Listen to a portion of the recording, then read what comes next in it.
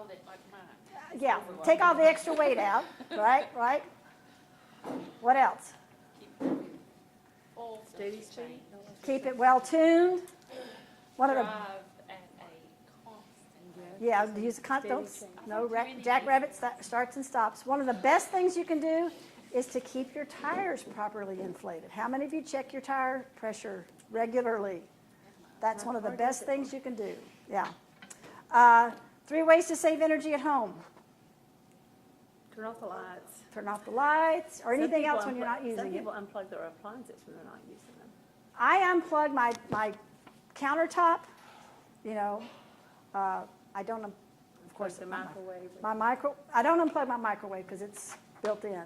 But anything else, I unplug those, part of the phantom load process.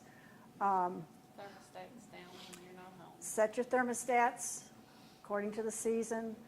Using your drapes and blinds as insulators. You know, they're more than just decorations. 3 ways to save energy at school. Again, turn things off. Check with your district. Are you allowed to turn your computers off at night? You're not feeling good at all. No. Poor thing. We're not allowed to turn ours off. Ours because are- they're on data stream. Well, I don't even know if the data seem's still running anymore. See, sometimes those things, there are misconceptions about what is and what isn't. Every day. It's updated overnight. No, data seem running their research at Oh. night. I don't know if Oh, they're still what about doing that? it. You know, See, you- ours is used to, we were not allowed to touch them because Right. data seem was running all their cancer research on their computers. I just don't know if they're still running their research. And that brings up a question for me because you're not the first district that I've run into this with. Are they contributing at all to the energy costs to run your computers? No, all because the time? they gave us the computers. Yeah, I was just say they gave the computers. They- I can the remember going to a computers. training or something. We got Yeah, and then, Okay. you know, And T-shirts. We got T-shirts. but no. A similar issue is with, do you have cold drink machines in your schools?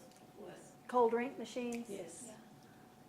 And you probably don't own the machines. You have a vendor that and then you share in the profits of that machine.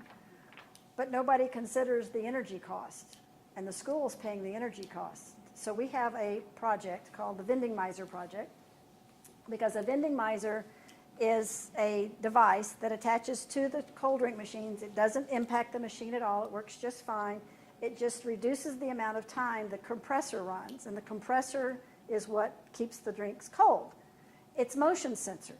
So when there's nobody in the building, it reduces the amount of time the compressor runs. The drinks are always cold. It just doesn't run on a consistent cycle as if the building were occupied. So we provide the students with a kilowatt meter, which you'll get in your kit, and they pick one machine and do what we call a plug load study, a 2-week plug load study.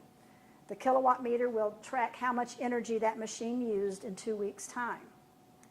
We loan you a vending miser, and you attach it to the machine, again, with the kilowatt meter, and have the data from a second 2-week plug load study with the vending miser attached.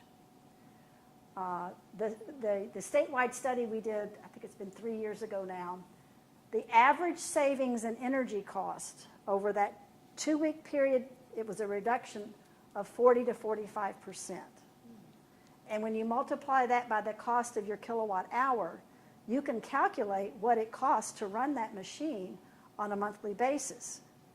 So what the students would then do is, I've collected the data, I've analyzed the data, and make recommendations. And the recommendations could be to, if the vendor is getting half the profit, they should also pay half the utility cost. If the vendor says, we don't want the vending miser on there, well, then this is what it costs to run the machine. You need to pay for the cost of running the machine. If the district says this is a great idea, we want more of these, the students can show where this is what the savings are. We do a life cycle analysis. I don't know about, since you all are on an RECC, I don't know if they give rebates or not, but several of our larger utilities will pay $50 for every vending miser you install. They run about $175 each. So what the students would do is, we're saving this much energy, we get a rebate for this. After 18 months, it's paid for itself. From here on out, it's profit. We're saving that money. So that's one example of how students collecting that data, doing that research, can show how we can reduce our energy use, save money, and reduce that impact. The other thing that also shows is if they leave those machines plugged in all summer, when nobody's in the building but the janitorial or maintenance staff, it's cheaper to buy them a 24-pack of Coke and keep it in an Energy Star refrigerator than it is to keep that machine plugged in all summer. Even over the holiday break. If nobody's going to be on the building, there are so many things that can be unplugged. And I'm going to show you some of those things in just a moment when we look at our shutdown schedules. But let's go back to our bingo right quick. Everybody familiar with Energy Star? Means it's an efficient appliance, computer, whatever. We should always look for that Energy Star label. We've talked about the definition of efficiency and conservation. Do you know what SEER is? S-E-E-R. Seasonal Energy Efficiency Rating. It's usually on air conditioners. So if you're looking, we just had the furnace put in, so that's Okay, why I so- heard that word. yeah. So the SEER rating, you want a good SEER rating. What type of light bulb uses 1/4 the energy of incandescence? We used to be pushing CFLs. What's the newest one on the block? LEDs, right. So we're converting a lot of our new schools. I think you all are putting LEDs in the new building. The new high school is going to have all LEDs, but we can convert over plus. Where do you typically find an energy guide label? Behind the appliance. Either behind the appliance or when you're actually shopping, it should be Oh, on yeah, the door on the or door. right inside, yeah. And that's another piece of good data the students can use to analyze. We have an activity in the kit you're going to get where the students do a comparison, a life cycle cost comparison. This Energy Star refrigerator may cost $100 more to buy it, but because it uses so much less energy, in year 3, it's paid for that extra cost and you're saving money for the rest of the life, which is usually another 10 or 15 years in the life of that appliance. I'm not going to ask anybody to raise their hands, but if you've ever replaced your old refrigerator with a new one and stuck the old one in the garage or basement and kept it plugged in, you've negated everything positive about that new refrigerator you purchased because it's not very efficient. It's better to buy a little small efficient one to keep whatever it is you're using the old one for. 2 appliances that should only be run when fully loaded, unless they have a water control. Dishwasher and washing machine. Dishwasher and washing machine, unless they have a load control that will not use a full load of water when you only have a few things in. How many of you have enough windows in your classrooms that you can use natural daylighting instead of one? high Yeah, school no, doesn't it's have sad. any. Hopefully the new high school will have some. Well, I've already put my request in with the one with the most windows. I Yeah. said I'm a senior. Natural, Senior you know what? size. Well, we've had statistics for at least 15 years that say student behaviors and Teacher performance is better in a daylit room. I'm really one bad for the whole seasonal Yeah. affective disorder, so I want windows. You want windows, exactly. Real bad. The latest study I saw, and this is what's really scary, students that are in naturally daylit classrooms have fewer cavities than those who are not. Now think about that. It took me a while to figure out why. What's different about the afternoon activities of our students today than it was when we were all growing up? We was always outside. Exactly. So we were out in nature getting that vitamin D from the sun. And because the kids, they come home, what do? Computer, games, whatever. They're not getting outside. And if PE or recess has been cut out, they're not even getting outside at school. So to think that they're getting more vitamin D coming through that natural daylight than any other time, kind of scary.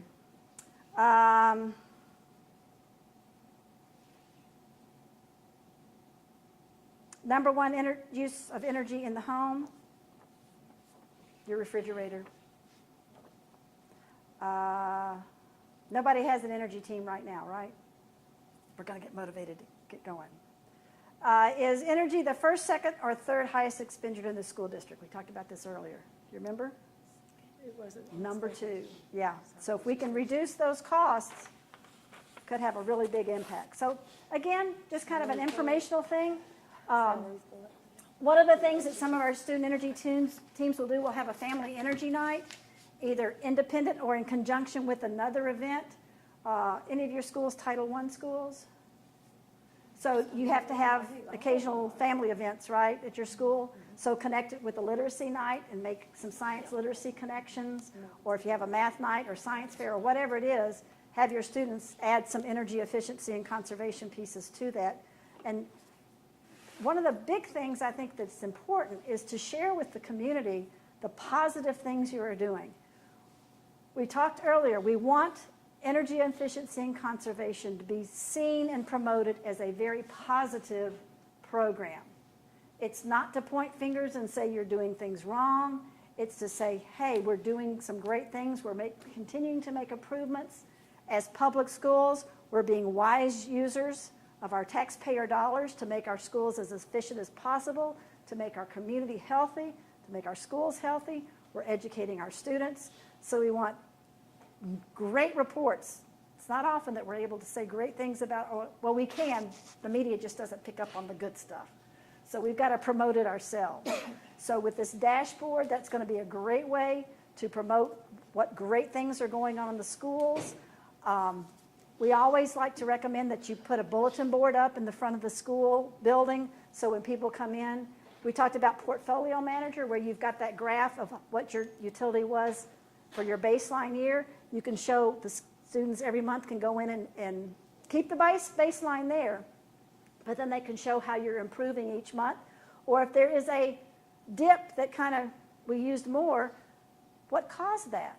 Let's look at, well, we had that snowstorm in October that we didn't have the year before, so we used more energy. There's a reason why we increased that month.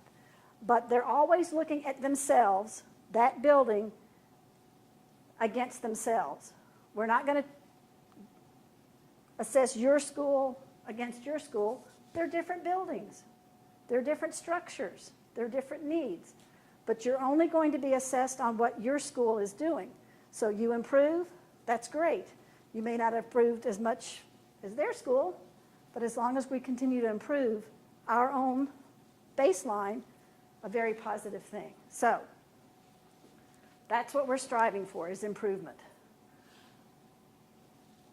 Again, a list of some of the activities: family energy night, a math night, community energy fair at the public library or at the bank or one of the festivals around town. The co-op has an annual membership meeting. So that would be a great time. A lot of times they give away things, but they don't tell the consumer why or what the benefit is. Now, you give me 3 free LEDs, I'll use them, but why am I going to spend $2 on a light bulb when I can get one for 50 cents? Well, if you understand the life cycle cost, we had a group of middle schoolers up in Pendleton County. They did a project where they interviewed 100 families. This was when CFLs first came out, and told them the benefits of it and said, if you'll use this for a week and track how much time you use the lamp, we'll give you another one free. So they collected that data, used a spreadsheet to analyze it, and showed each family how, if they can change their light bulbs to CFLs, this is how much money they could expect to save over the course of the year. They went back and followed up and asked each of those 100 families, did our data convince you to use more CFLs? All the families but one said yes. That's pretty good results for a survey, but the kids were not happy. They wanted 100%. So they went back to find out who was the 1%, who was that one person. They went back and interviewed her, and she goes, well, I'm 85 years old, and according to your calculations, those light bulbs are going to last longer than I am, most likely, so I don't think it's going to be cost effective for me to buy any more. So she understood, and it made sense for her not to buy anymore, so that satisfied the kids, but they had to find out why would anybody not agree. They made a presentation to their district school board. Superintendent sat there and said, how many incandescents do we still have in the building? He says, tomorrow, they're all out of here. We're switching to CFLs. Those middle schoolers came out of that board meeting going, oh my goodness, not only did they hear what we said, but they're going to actually do something. So it really empowered them, motivated them to keep going with their efforts. So it was a really, something as simple as light bulbs can make a big difference. So don't think any opportunity is too small.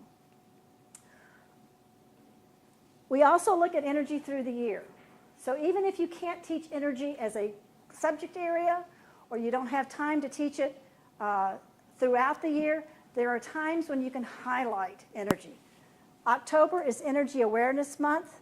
That's when we typically announce all of our shutdown schedules, and 4-H usually has a National Science Day, which can be connected to energy as well. When I'm talking about our shutdown schedules, we have a series of shutdown schedules in both in our student blueprint and in our Energy Management for Schools guide. Long holiday, fall break, Thanksgiving break, winter break, spring break, summer break are opportunities for savings by unplugging all of those non-essentials. Middle school in Grant County, 2 winters ago, did a shutdown schedule for the Christmas break. Saved $5,000 in 2 weeks just by shutting down and unplugging. So impact is possible. Think about summer schedules, that whole summer break. November, we had an activity that was called How Much Does Your Thanksgiving Dinner Cost? Not just to buy the food, but to prepare the food. Did you travel for Thanksgiving? How many people in your family traveled? So just an awareness piece again, not saying it's good or bad, it's just bringing awareness. December, we have a piece that's going across the banner on our website right now called The Cost of Holiday Shopping. We were having a discussion at yesterday's workshop about how interesting is it going to be for students to compare those who drive somewhere to shop as opposed to those who are online shopping. January, we have an activity called Draft Detectors where the students, it's very simple, take a pencil and a piece of tissue paper and you go home and you go around all of your window facings. If it's flapping in the wind, you need to insulate that window. So something very simple to do. Bring awareness to weatherizing your home for the winter. February, we have a Groundhog Day activity that deals with shadows. March is Read Across America, and we've learned that this year's Read Across America focus is going to be on energy. So that would be an opportunity, some great fiction and nonfiction on energy. April is Earth Day energy activities, and our State Youth Awards Luncheon also occurs in April. And then May, we would encourage everybody to really focus on those summer shutdown schedules to make sure that we're reducing consumption during the summer months.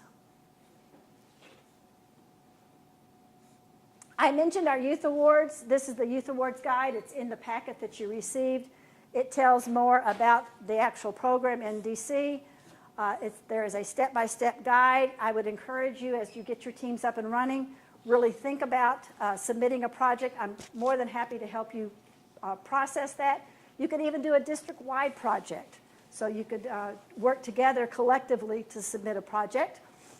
It's all digital, PowerPoint, as we mentioned. The foundations is if you're not ready to jump into the 15-point slide PowerPoint or a big project, a foundations project is just 3 slides saying, we're just getting started, this is what we did. You're invited to Frankfurt. We also do awards for exemplary community education projects, energy engineering and design projects, and a school energy efficiency project, which this district-wide project would be an excellent opportunity for you all to apply in that area, and I can certainly help you massage that and get it where it needs to be. Okay.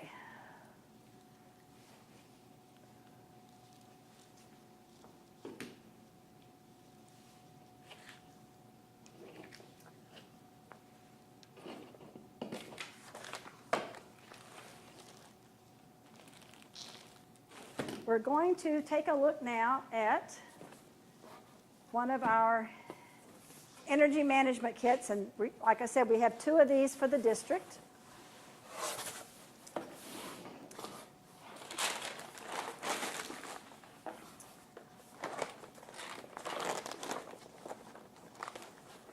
The kit comes with a teacher guide for monitoring and mentoring.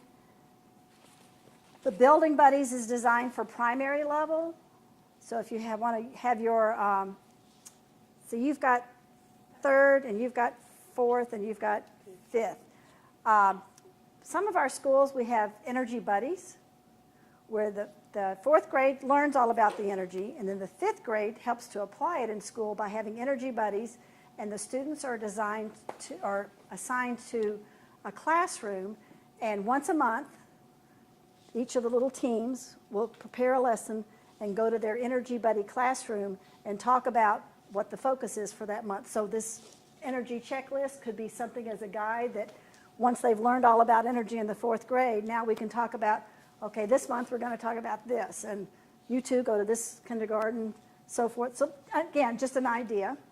And then you also get, I'll get all this out, won't be able to get it back in,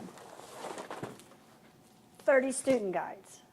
So there'll be a total of 60 of these for the district.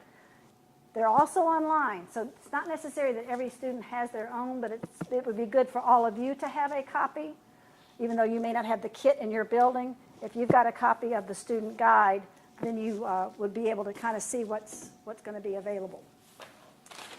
The tools that come in the kit,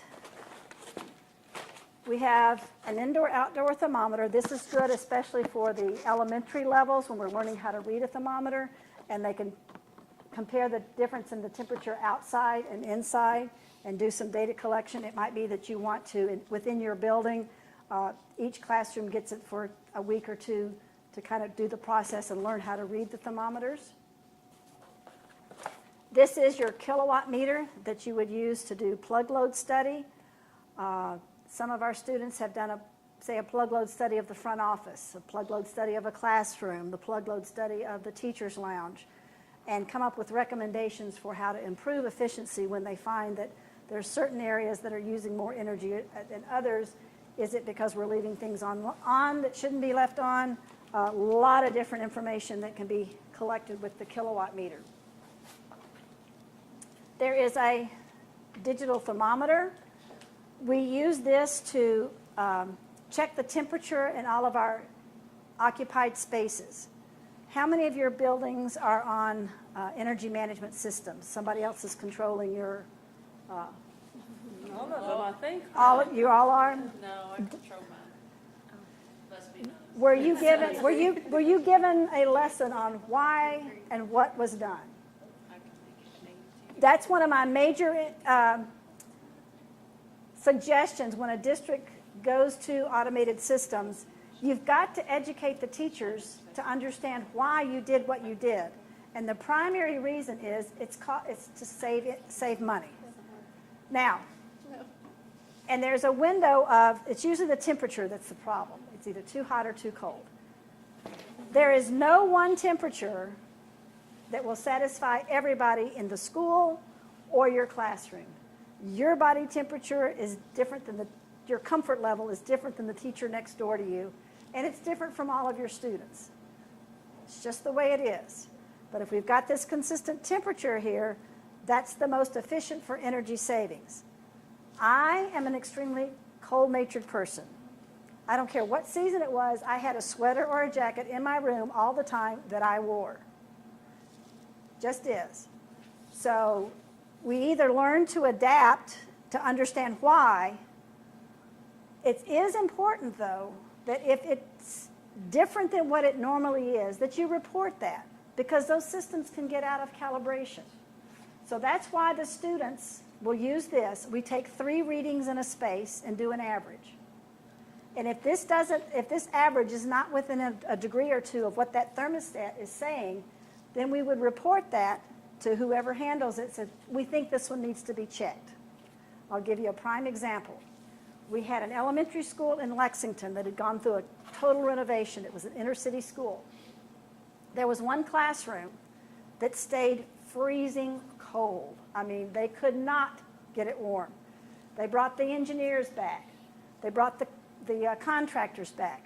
Everybody they could think of said, what is wrong with this room?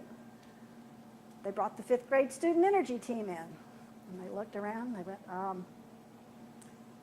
the computer sitting under the thermostat, Oh, what was the happening? energy, yeah, that's wasted The heat energy. from the Yeah.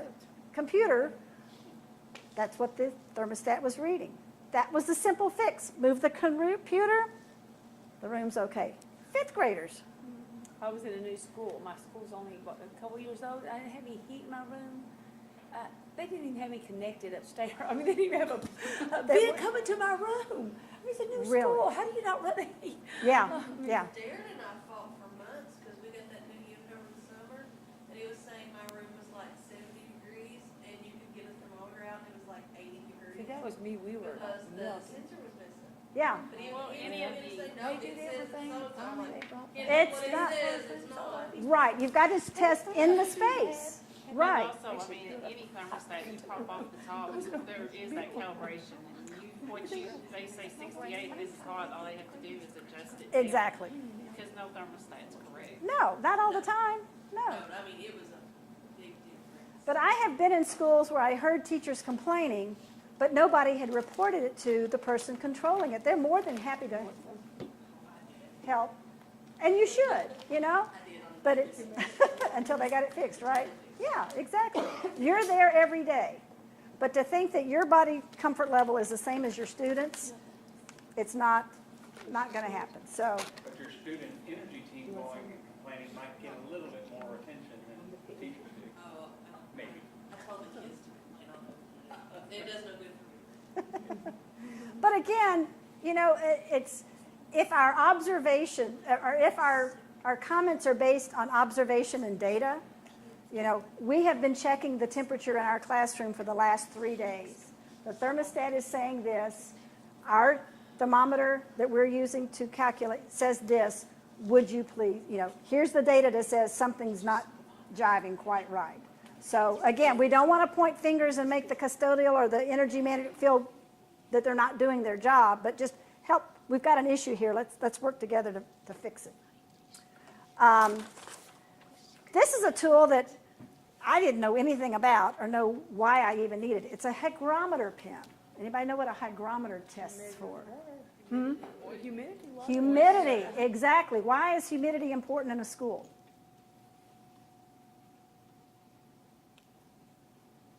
The proper humidity level is 40 to 60%. Anything below or above that can cause respiratory problems, sinus issues, mold. That we do not have in the high school that fell out of the ceiling into my life when I brought the ambulance to the hospital, but we do not have mine. Cut that out. A figment of your imagination. It was drawn on the walls in the 6th grade when Oh, the ceiling it's- leaked. They paint over top of it. Cut that out too. So the hygrometer pen, Having that new hospital. 40 to 60%, you're in good shape. Anything below or below that becomes a health issue. So, And then when you use my Vandegraph, I got 3 Vandegraphs too, by the way.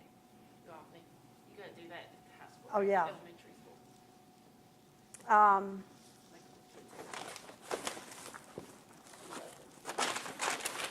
There's all kinds of fun stuff in this one.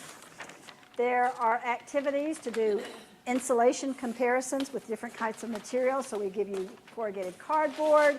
You've got cotton batting, all kinds of cool stuff for the students to do. So all grade levels can use this particular kit as well.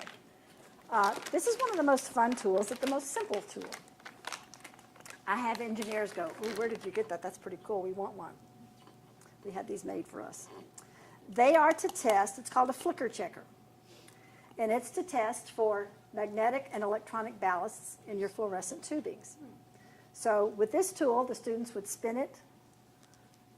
None of y'all are right under, but we'll pretend. But if you spin it and see nice, smooth, black and gray circles, that means these are the new electronic ballasts. If they are the old, and I would expect that in this new building. If they are the old magnetic ballasts, you would see a checkerboard pattern. Some people see color. I see blue and brown. Some people see red. So it's the way it reacts to the hertz off of the ballasts. A lighting retrofit is one of the most cost-effective changes that can be made for the least cost, the biggest bang right off the bat. So this would be one of the first things I would have your students do, is to go around the building checking for old magnetic ballasts. And then they could make that recommendation. Sometimes there are rebates available to help pay for the ballast change, but the energy savings is quite substantial. So this would be one of the first things I suggest that you use. If there's any of those big, thick T12s up there in the ceiling for the older schools, High school? again, the amount of money that you'll save is significant by going to new stuff. Have you seen the ones that are those bars? Those are amazing. I mean, it's just. The LED bars? Yeah, I saw one at a gas station. Again, they cost more in the short run, but the long run. Long your run. energy manager, your facility manager seems open to ideas, but if you get your kids involved, to come up with a suggestion, will have a powerful impact on the decision. You've got several sets of the, what we call radiation cans, and you also get a class set of the really nice thermometers.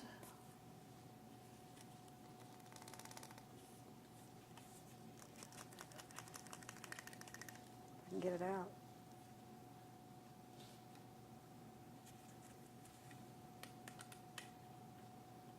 Never had one get this stuck. Try another one.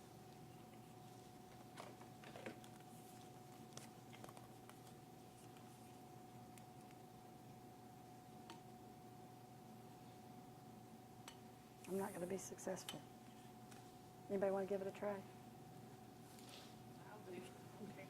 It's Oh, I got it cold now. that I got it. the plastic's falling. Yeah. So these have the little braces on them so it won't fall down into the container. But this way you can do different kinds of, you get one silver and one black, plus all of the insulation materials to do your insulation activities. A lot of data collection in this one.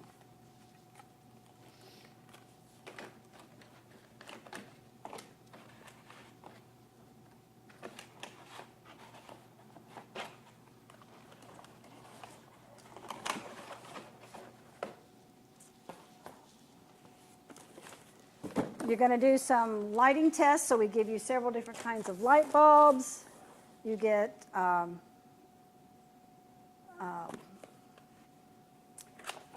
the light meter.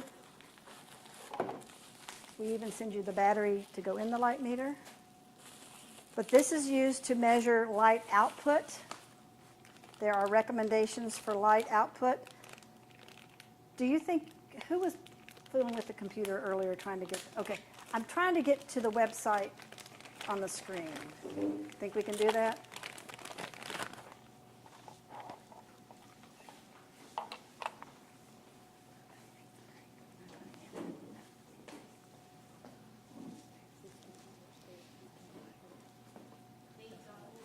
Yes, need.org. And we got it on the computer, but we just didn't get it on the...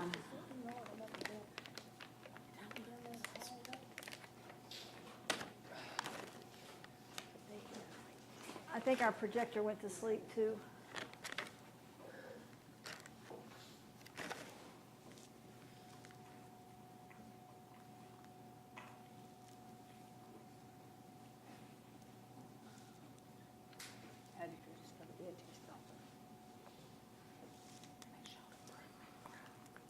I don't know if it's in sleep mode or if it's, I can't get it to. Do you have the clicker? I mean, do you? is I don't that- have, this is the clicker for the PowerPoint, but not for the, I don't know how he did that.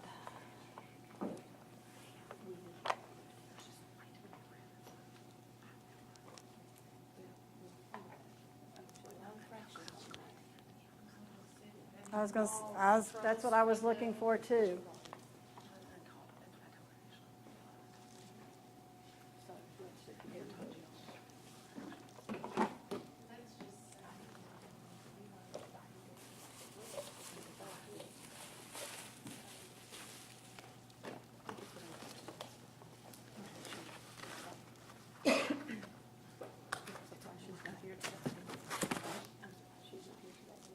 I might be able to find what I'm looking for in here. We just don't want to, we won't.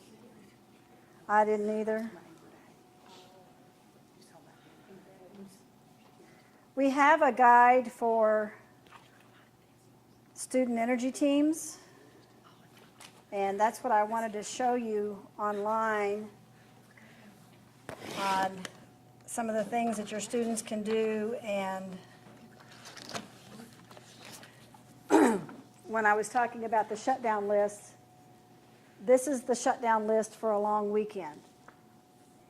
And what the students on your energy team would do would then either make an announcement or put a note in every teacher's box that say, before you leave for this weekend, we want to make sure our blinds are closed, all these pieces of equipment are turned off, interior lights are off, kitchen exhaust and ceiling fans if there are any. But just a list of things that your school or your district come up with as things that need to be shut down. So that would be something that we'd need to talk to Darren and see whether there's individuals for each school or if there's a district-wide level. The other piece is our classroom checklist. These are the things that should be done on a daily basis. And many of our schools will print these off. I've seen them done in yellow paper and then laminated and posted right beside the emergency exit plan, so that anybody that's in the building, when you are in the classroom, when they leave, they know these are the things that need to be shut down or closed. One of our middle school teachers yesterday was saying that, no, he was elementary, that on his job list, he has what's called an energy engineer that he added to the list. And that's the person who's always the last person out when they leave the room, and they're responsible for making sure all of the, everything on this list is taken care of. There are also, we made some little hang tags. And if your energy team is going around and monitoring at different times, looking for, what they're checking for is to see if these things have been implemented. Oh, you have to climb up the chair? Oh, wow. That surprises me. Oh my, that's okay. Don't worry about it. We're good. We're fine. We're good.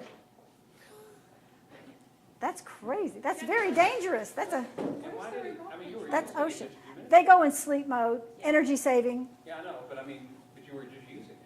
Well, it's been a little while. Oh, you were I using was it. I was trying to, yeah. These are hang tags. One is to say, again, congratulations, you've done everything. Print these on cardstock, laminate them so you can reuse them.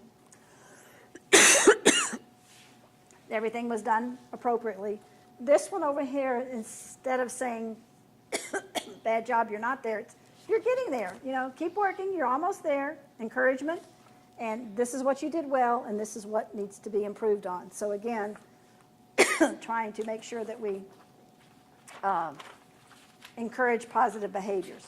So this particular piece, I'm going to leave with Darren to take a look at, and then I will send all of you the link to the school, the blueprint for school energy teams, so that you'll see the ideas and suggestions we've had based on successes from previous. It's been a culmination of activities, processes that we have done over the years to get our student energy teams going. We also have a kit called Saving Energy at Home and School that's a direct connection to home and school opportunities. There is a kit to this, but you don't need the kit to do a lot of these activities. Some of the tools will be what you have in this kit already, but there are some great activities in here that the students can, you can do it at school, and then they can take the information home to their families. Like, you know, if we're getting ready to buy a new appliance, teaching them the value of looking at that energy rating guide. This is one of our favorites, is our Facts of Light, talking about the life cycle cost of the different types of light bulbs.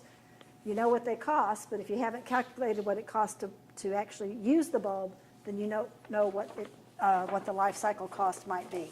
So this is another one that I'll send a link to you so you can take a look at that as well.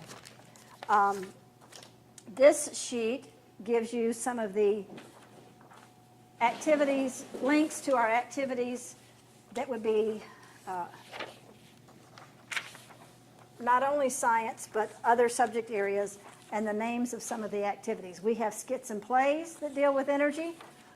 We have songs, our rock performance activity, or the students can write their own. It's a great connection with your science teacher or with your music teacher.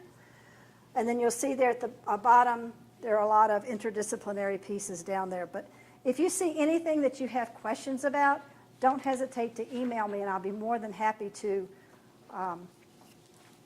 walk through that with you or to give you some ideas on something you might want to try with your students.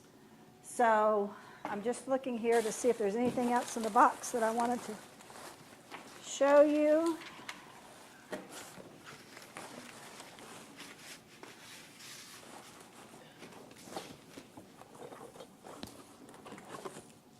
Some more.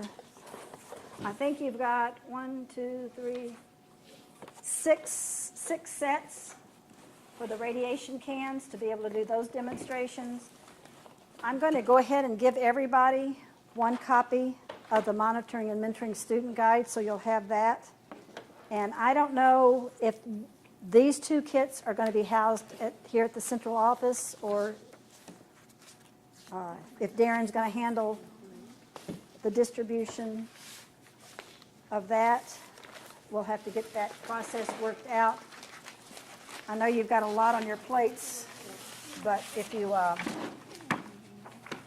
So those items don't have to be replaced, right? No. Okay, so that's what I said, so we could assign, like, remind of what it is. Oh, yeah, however you'd like to do it.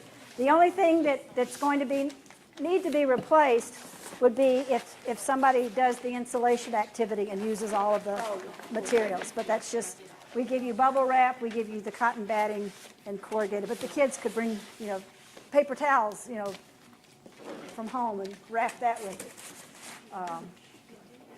But any questions about the tools? Oh, I did want to show you with the light meter, there are recommended light levels.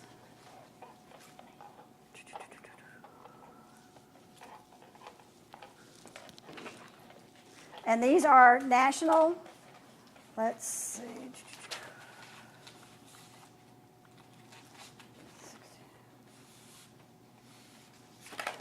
So there are recommended light levels for each of the spaces in the school building.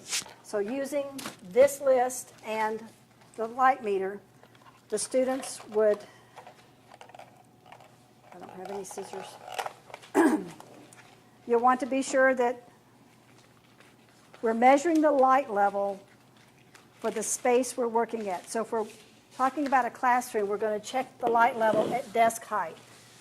I've seen pictures of kids checking the light level up here. Well, nobody's up here, so we don't care what it is up here.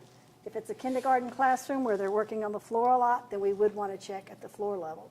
Cafeteria would be desk height.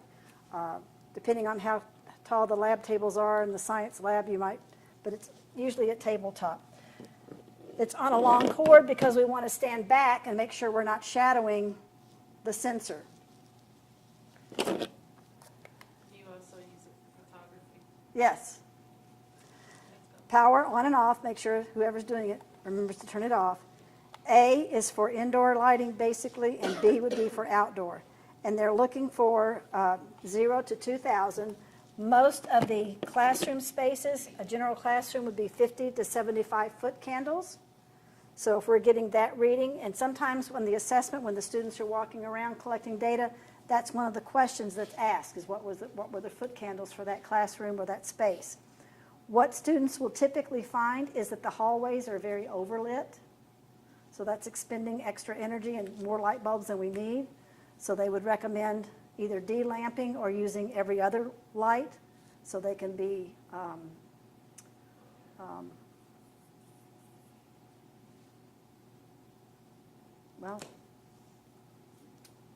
they can be banked so that every other light comes on with one switch, and then if you need them all, you can, like at night. In the classrooms, or any of your classrooms, first of all, do you have windows? Do you have windows?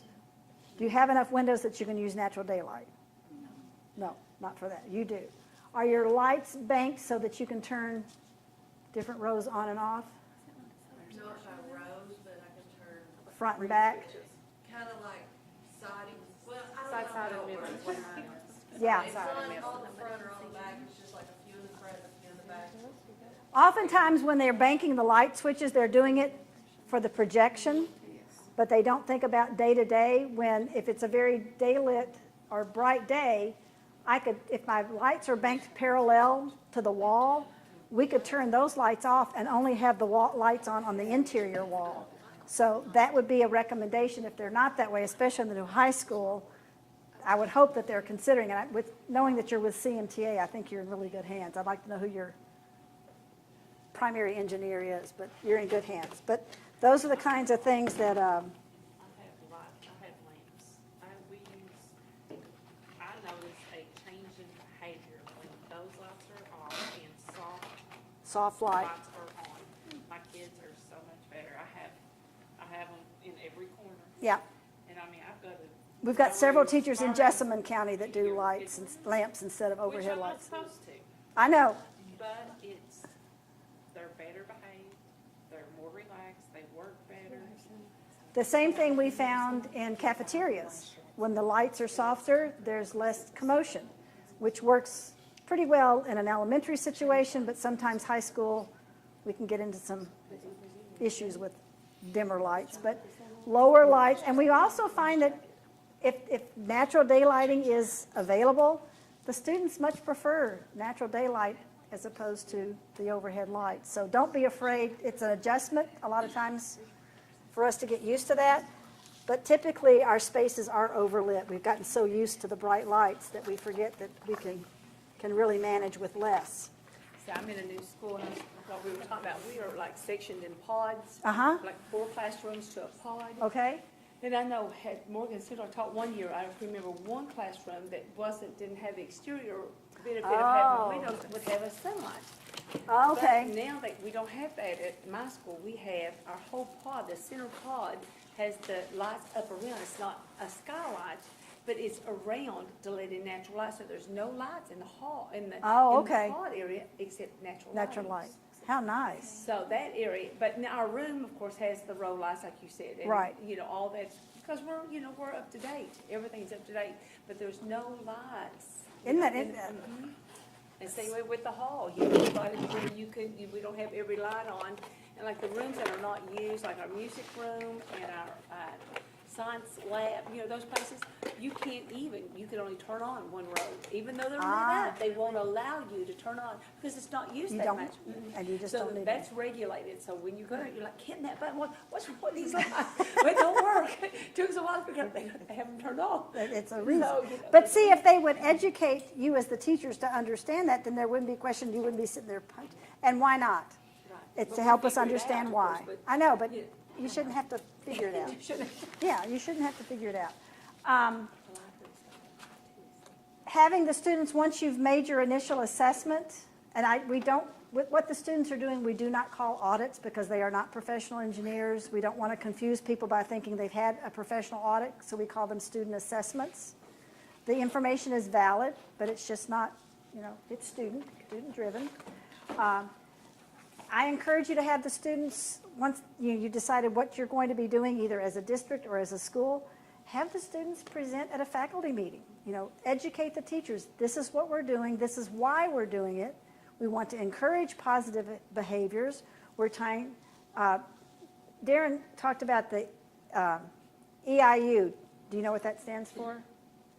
Energy Use Index. And that's how we measure schools across the country. The lower your EUI, the better. Now, it means that you're able to function with that EUI. We don't want you in a dark classroom using no technology, but it just means that you're as efficient that's what your efficiency rating is at that time. Here in Kentucky, we have standards, and each district has to turn in that information on an annual basis to KSBA's SIMP program. What I have learned is that we're very fortunate that we have guidelines. In West Virginia, they have no guidelines. So where we've benefited from years of, we have hosted for the last 13 years a high-performance school buildings conference where we bring together architects, engineers, and school officials to share best practices and what have we learned. The things we learned from The first high-performance school was Twin Hoffel up in Kenton County, a middle school. Richardsville learned a lot from that project. We're very fortunate here in Kentucky that we have architects and engineers who are willing to share successes and failures. Don't try this, guys. It didn't work. You know, it was horrible. Don't try that again. We're also fortunate that we have districts that don't feel like, we have many, not all, that don't feel like they have to build cookie-cutter schools. Well, this is the same way we've been building elementary schools for the last 20 years. We're going to keep building them that way. We learn something new every year. So a lot of the new technologies that I heard Darren say are going to be in the high school, they're things that were not in Kentucky 10 years ago. So you're taking advantages of some of those, the ICF walls, especially with the tornado coming through. That's going to be, I think a lot of the new buildings downtown have ICF, don't they? Yeah. Insulated concrete forms. So it's a very interesting technology that I think your students would enjoy learning about. But I've given you a lot to absorb today. So you've got the part that goes with your science curriculum and the standards, and then we've got the pieces that go with the energy management and the student energy teams. Where you plug things in is entirely up to each of you. But if there's anything that I can help you with, any questions you have later on, please don't hesitate to contact me. I've got your emails on the forms you gave me, so I'm going to send you a follow-up email so you'll have my information. And we will be doing 4 more workshops with our coal education money. One of them will be kind of in this part of the state, but you'll get information about that. We also will be hosting our annual energy tour. It's a 5-day road trip on a tour bus with 24 Kentucky teachers. We do East, Central, and West Kentucky once each year. This coming year, we'll be back in Western Kentucky. We go down into a deep mine, we do a surface mine, we do a reclamation site, a hydro plant, a coal-fired plant, the ethanol plant, and anything else that we can squeeze into those 5 days. All expenses paid. We cover your lodging, your meals, everything. And I'll have those applications online probably late January. And then we have a summer conference in July. It's going to be in Milwaukee, Wisconsin this year. We do have some scholarships, all expenses again. We cover your airfare, the conference, and we typically have 125 teachers from across the country who are gathered together to go through a lot of the curriculum that's in the packet. You'll see all of our hands-on kits. So if you want further training, just let me know and we'll do our best to find a sponsorship to help you go. I'd love to have a couple of teachers from the district go to kind of help build your knowledge base on what's available. I think you've got great opportunities here in Morgan County because you've got the support of at the district level. You've got Bobby and his project going, so the momentum is building and you've got resources available, so let's try to keep it going and build what we can. So any questions right now? They can go ahead and take the Science of Energy kits with them, right? Okay.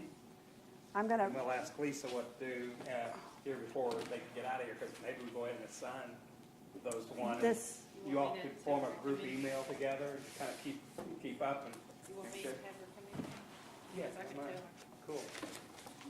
Again, whatever she wants to do or whatever is best, most convenient for you all. And again, Mountain Telephone is interested in videotaping more things, so if you've got something, like show it, show your kids involved in what they're doing. and we would love to have it posted on our website as well. That's one thing I forgot to tell you. We're on Instagram, Facebook, be our friend, and our district, we will keep you updated with what's going on with NEED and nationally as well. But oftentimes, our distribution center in Roanoke, Virginia will have a sidewalk sale, yard sale, whatever, to get rid of some extra stuff, and they'll say the first 10 teachers who contact us will get 10 sets of whatever. 1 year, you know, you never know. But the only way you're going to find out about it. We've got 2 of the, what are they called, the energy kits or? Yes, the monitoring and mentoring kits. Mentoring kits. And we didn't know if we wanted to leave them in central office so they check out, or just assign them to people, and they know we've got them, and they switch them up. They each get a kit for themselves, but these are the other kits. They each get one of the Science of Energy kits. And then, Okay. Oh, we'll just leave those over here boxed up.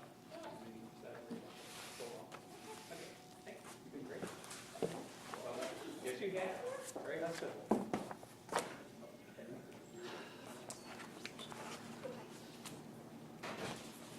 So we basically done? Yes, let me get these kits put back together. Any questions about the materials, any of the other materials in your packet? If you have questions later on, let me know. And if you're in a hurry, there's 4 kits back there still put together. I'll get these 2